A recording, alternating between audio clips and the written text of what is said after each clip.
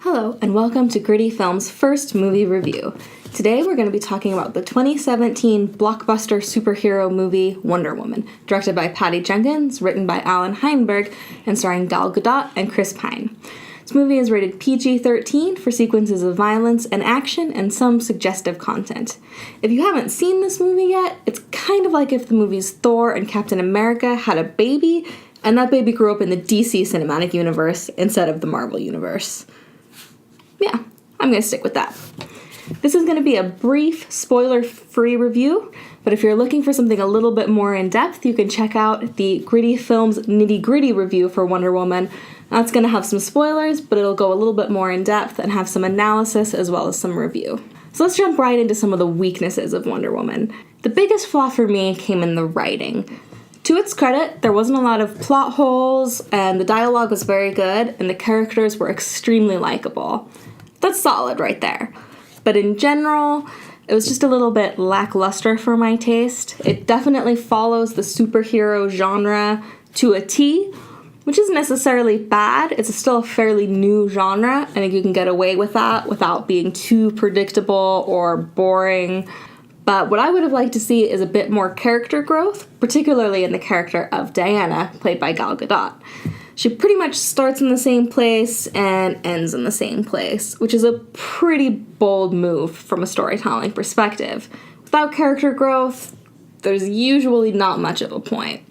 To its credit, it pulls it off. It's still very fun and enjoyable. You like her throughout. You want to see her succeed. It's not bad, but it could have been a lot better.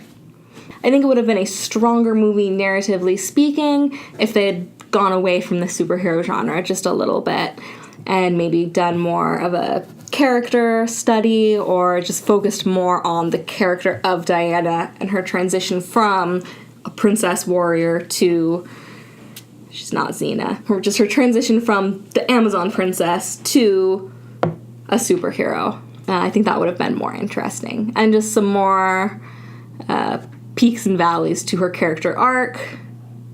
It wouldn't be an arc anymore.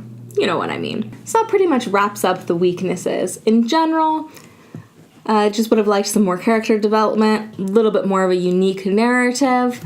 But as far as plot structure goes and character likability, it's still a decent script. It's not awful. It's still enjoyable. It just could have been better. As far as the strengths go, this movie was, in general, just very visually appealing.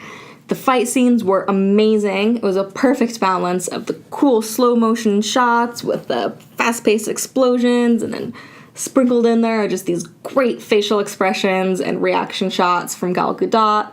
And it was just fun. Just pure fun. The cinematography is amazing. It's just a beautiful film. Another strength of this movie is probably the most obvious one, and that comes in the acting and the casting. I will admit, when Gal Gadot was first announced way back right before Batman vs. Superman came out, I saw pictures and I was like, she doesn't really look like Wonder Woman.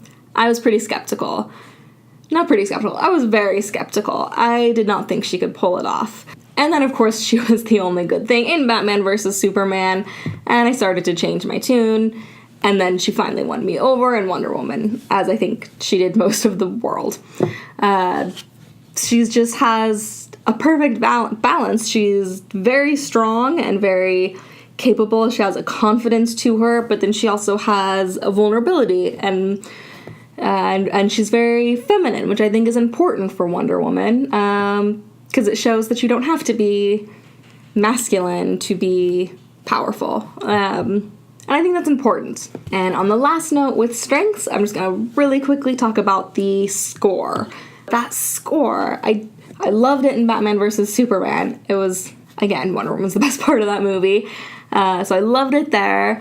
And the first time I saw Wonder Woman, when I saw it in theaters, I wasn't quite convinced. It seemed almost out of place somehow. But then when I bought it and watched it at home, it seemed to work a lot better. So I'm not sure what that means exactly, but I really dug it, and I mean, who doesn't get excited when they hear that song? It's epic. It's awesome. My overall rating for this movie is going to be an 83.86, which in my book is an A-.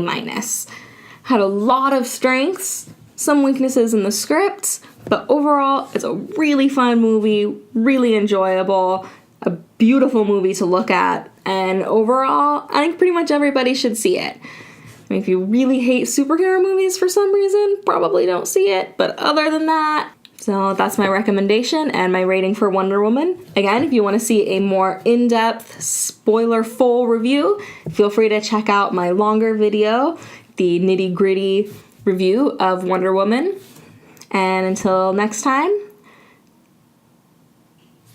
and that's it until next time.